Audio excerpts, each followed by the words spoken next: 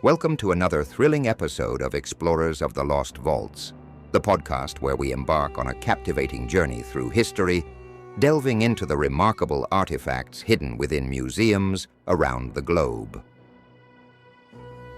Sponsored by Bible Interact. With your host, Dr. George Sparks, who will guide you through tales of discovery, mystery, and wonder. Today we have a very special guest joining us. He's not just any archaeologist, he's an experienced field archaeologist who has unearthed countless treasures and shares a genuine passion for piecing together the stories of our past. Dr. David E. Graves. Together, we'll explore the enigmatic realms of museums, revealing the secrets and histories contained within their walls. What treasures lie hidden? What stories do these artifacts have to tell? Buckle up, because this journey is sure to be an exhilarating ride. Now let's dive into the adventure and unlock the mysteries of today's episode.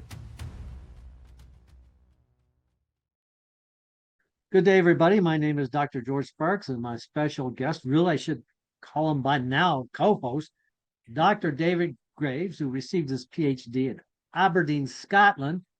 And he always comes up with some really good information with his PowerPoints because he likes to go into detail and do the research. Now, me personally, I like to work in the museum. So he's doing the research, and I go into the museum vaults and get the artifacts. Just follow us on this. We're going to do the best we can to get some really cool artifacts to show. But number one, don't think that you're going to actually go to the museums to see these artifacts because we get them from the vault. So we also have a small podcast that's called Explorer of the Lost Vaults. And the reason why we say that is because this is where the artifacts are coming from. So if I say the Museum of Archaeology and Biblical History in Albuquerque, New Mexico, and you go there to see the artifacts, you're not going to find them because they are in a vault. So be forewarned is forearmed, and that's all fairness. David, I got a really good presentation today. I know people are going to like it. It's actually called The Untouchable Mummy. Now, there was a movie years ago called The Untouchables, and I think it's more like gangsters.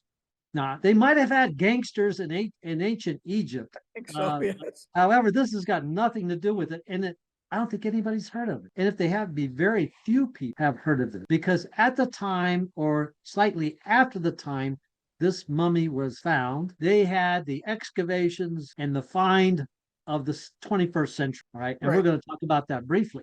So with that, we're going to look at the Untouchable Mummy. But folks, this is my first time to actually put up PowerPoint. So David, I'm going to go to this PowerPoint. Something maybe while you're doing that, the folks might want to realize. All right, so the thing I wanted to let everybody know is that you had mentioned earlier, when you go to a museum, you're not going to see the artifacts that we're going to be showing, but they will see other similar types of artifacts at other museums. Lots of museums around the world have them, so you can see similar types, just not these actual ones we're going to show them today.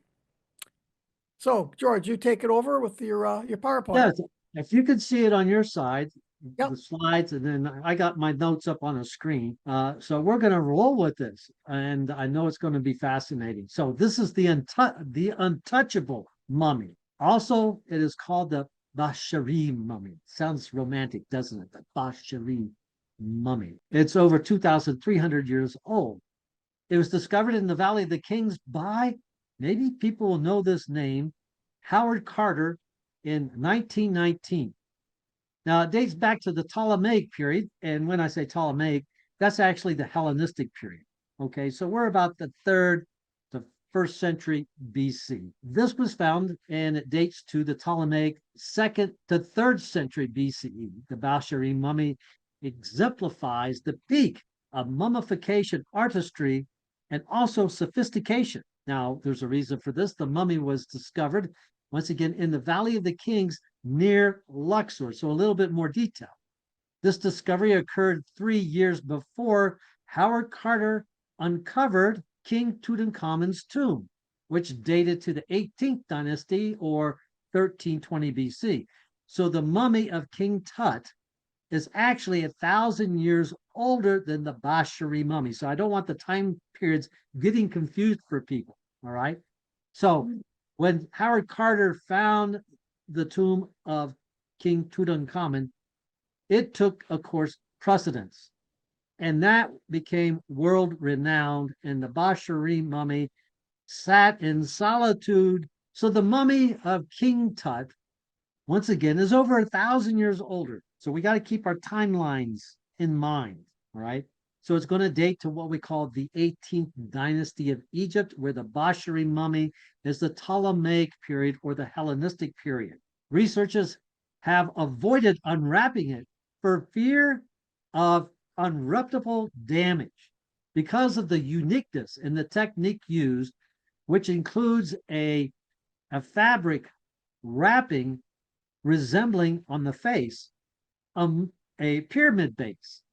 Okay, so if you look at the pyramid, the mummy itself, you look at the face, look at how intricate that is. It is. I've never seen anything like it. Now, George, Yes. something we should mention for our audience is that the Untouchable Mummy is displayed in the Louvre Museum that's in Paris, and the King Tut findings are still in Egypt, and they've been moved from the old Cairo Museum to the new Egyptian Museum. I've not been to the new Egyptian Museum. I've heard it's quite amazing. And when we were there, we weren't allowed to take any photographs of the King Tut display, but it's pretty amazing, the things they found there in the tomb. But you're right. King Tut took precedent and kind of overshadowed this guy, the Untouchable Mummy. But yeah, few people have heard of it. But he's probably one of the more incredible finds of Howard Carter. But everybody likes the gold. Yeah, why not? Right. And of course, that's going to be the selling factor. If you got all this gold, it's going to hit the press. Where are you going to make your money? Right. Sure. And it is what it is. So we're just bringing this to people's attention because it is the most elaborate mummy design wrapping that they know of. Now, the next slide that you have up actually mentions, like you said, the Bashari mummy is in the Louvre. However, the King Tut mummy is in Egypt. So you got to be careful where you go for what you want to see. Right. So scientists have used different techniques like CT scans and also X-rays to study the mummy without disturbing the wrapping, revealing clues of its identity and his social status. Well, once again, I don't think you need X-rays to show the social status, because you look at this, it's elaborate. This guy's going to be well off. All right. Now, what can you see in a scan that you can't see with just the naked eye by looking at the mummy? And that's all the amulets that they put within the mummy wrapping because of their religious beliefs and their tradition. So actually, years ago, you could say in the 19th century, when I say the 19th century, they like 1820s, 1830s, when there were no laws about how you treat a mummy as such. If somebody found a mummy, they completely destroy it to get the amulets and then sell them on the antiquity market. But when you look at the mummy and they do an X-ray, what can they tell? Not just by the wrapping alone, is if they use an X-ray, the details of the amulets, because you got different quality amulets. Some are, of course, they're made out of this Egyptian compound. It looks like glass. It looks like glazing called faience. But still, there's different a different quality in which you can purchase, even on the antiquity market, the different qualities of different amulets, right? And different amulets have different ways in which they were made that are exclusive to different time periods. You could say to the New Kingdom period, or the late Pharaonic period, or the Hellenistic period, or even the Roman period. All right, so let's go on. Well, maybe, yes, go George, ahead. perhaps you should explain to those in the audience what the amulets, what they are. Give me a second. Oh, okay. Okay. Can you see this one? These are, and you can see how big it is according to, just look at my hand, size of my thumb. All right, and these are different amulets that could be worn or they could be placed inside the mummy wrapping. Now this is a small, look how small that is. And that's a These were heart, huh? these were for good luck and for protection in the afterlife. So Absolutely, protection. Now it's important because you could be lost to eternity. You can just go oblivious in the spiritual realm if your mummy is destroyed. That's what the ancient Egyptians thought. So you have to have your mummy, you have to have the ba, you have to have the ka, you have to have the soul, the spirit, and the mummy. That's the house. That's why they're trying to preserve it. So the non-invasive techniques have allowed research to determine that the mummy was once a man who stood about 5'6". So 5'6". That's about the average height for the ancient Egyptians anyway. While the exact identity remains unknown, the mummy is believed to have been a person of high status in ancient Egypt, and he possibly went by the name Bashari. So before we get to the mummy itself, this is the room where they actually, I'm just going to say, embalm the mummy itself. All right. In ancient Egypt, the room where mummies were embalmed was called the per nefer, translated the house of vitality or the house of renewal, right? Meaning it's to give rebirth in that preservation technique. And this is where the mummy was prepared by, you got to remove the organs because they're moist. So water is what's going to cause bacteria to grow, all right, and cause the decomposition. So they're removing as much moisture they can, and they do remove a lot of the organs inside. So it's called evisceration. That's where they're removing the organs inside, the evisceration. And then we have the embalming technique, all right? This is done once again in the per nefer, the house of vitality. Okay, what are they going to do with these organs is they're going to place them in what we call canopic jars, canopic jars. And there's 4 different jars, and they're quite large. They can be like this high, maybe even higher. It's like this, sometimes over a foot high, because that's where they're going to put the inner organs of the deceased. So you got 4 canopic jars. Why 4? Because there are 4 sons of Horus. Now, many of us are not Egyptologists, so we got to explain who this guy Horus is. Well, in Egyptology and in mythology of Egyptology, Horus was the sky god and the son of Osiris and Isis. He is often depicted as a falcon or a falcon-headed man, and his name translates the one who is above. Of course, he's a sky god, so the one who is above. Horus was associated with kingship in the afterlife, and his story involves the battle between his uncle Set for the throne. So in the spiritual realm, it was not the Pharaoh's throne, but the throne that was in the spiritual realm. So Horus had 4 sons, and it is believed that they protected the entrails or the internal organs of the deceased, which were removed during mummification and stored inside these canopic jars. So the 4 sons were also associated with 4 cardinal points: the east, the west, the north, and the south, and the 4 vital components for survival after death. You've got to have the heart remains in the body of the mummy, but also you have to have the soul and the spirit, the ba, the ka, and the mummy itself. That's why it has to be well preserved. Now understand that these canopic jars are sealed with lids, and if you notice, these lids all have different, you could say, heads. So the heads are the different lids, corresponding to the 4 sons of Horus. So one is the human head, and I'll just say the human-headed son, associated with the liver or the south. The jackal-headed son, the son of Horus, is associated with the stomach and the east. Then you have the baboon head, associated with the lungs and the north. Now the falcon-headed son is associated with the intestines and also the west. All right.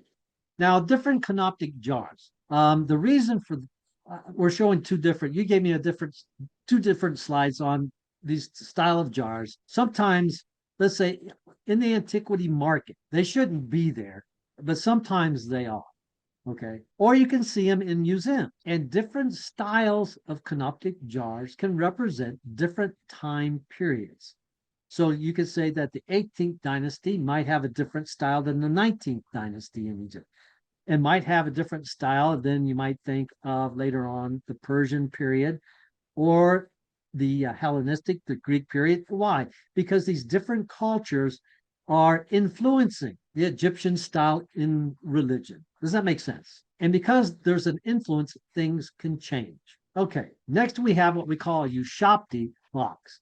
Now, really, you can see these little ushabtis. These are essential items of funeral equipment that was used for many centuries, even several thousand years. Shabtis are actually servant figures. The word ushabti in itself is actually Greek. It means to answer, all right? So what are they actually answering? Well, they're answering a commandment, an order, which is actually recorded in what we call the Egyptian chapter 6, or if you want to say not just a chapter, and you don't want to call it a prayer, but you want it to sound mysterious, right? You call it a spell. So this is a spell 6 from the Egyptian Book of the Dead. And if you're watching one of those Hollywood movies where the mummy, that's how they're going to say it. They're going to say spell 6 to the Egyptian Book of the Dead, and everybody's going, oh, please, not the Book of the Dead. And it's just an Egyptian myth of their religious practice on how to cause these servant figures to come to life and do service for the deceased in the afterworld. So what am I saying? Well, anybody or most people that would have these types of items in their tombs are going to be wealthy. And you can imagine somebody that's wealthy in ancient Egypt is not going to do dishes. They didn't do just dishes in this realm, and they're not going to do dishes in the next. And they're not going to rake the lawn or rake the sand or mow the lawn in this world. So they're not going to do it in the next. So what do they have? They have servant figures that are going to be called to life in the afterworld to do all this labor for them, right?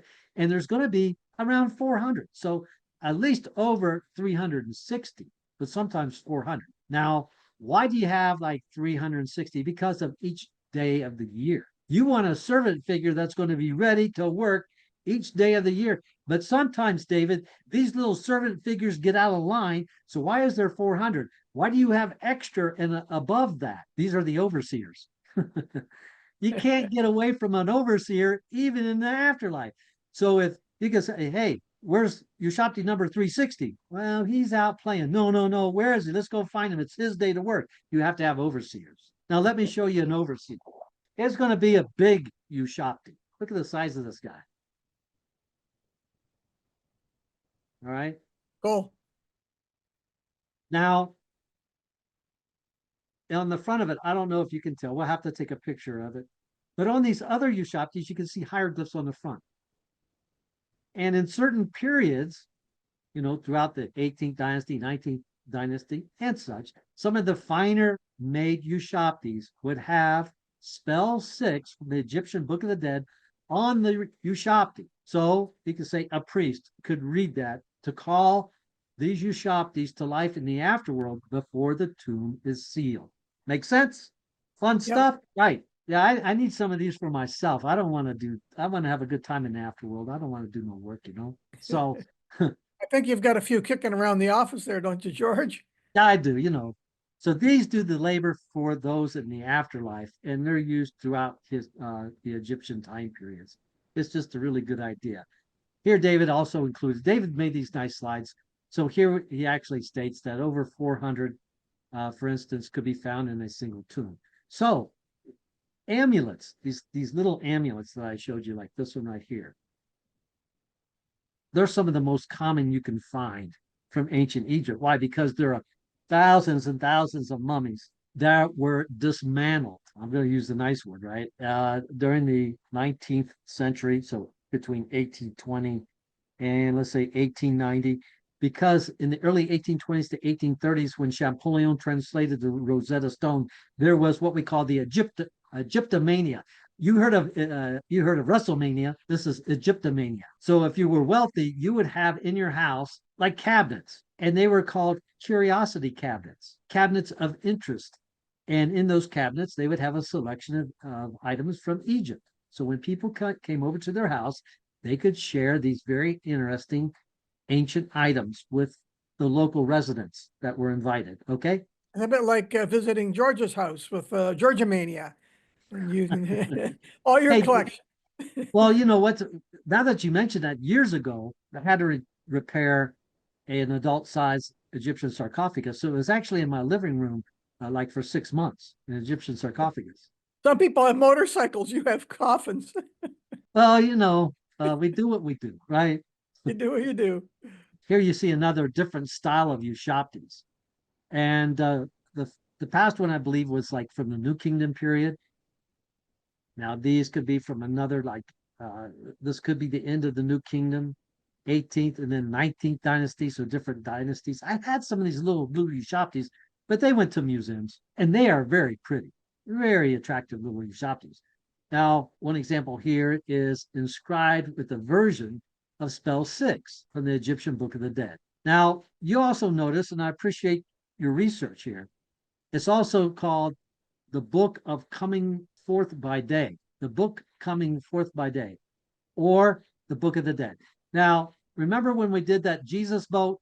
We could call it the Galilee boat, or you call it the Jesus boat, right? And we call it the Sure. Jesus boat because it draws more interest, right? So you could call this the Coming Forth of the Day book, or you could call it the Book of the Dead. What's going to get the most attention? Book of the Book Dead. of the Dead, of course, right?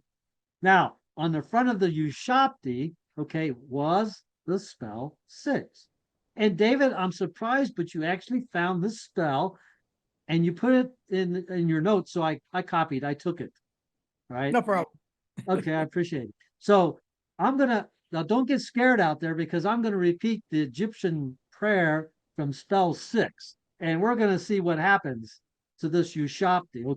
It is located on the front of the ushabti. Well, let's see if it works. O ushabti, count yourself at any time what might be done to cultivate the marsh, to irrigate the fields, to carry the sands. You shall say, here am I.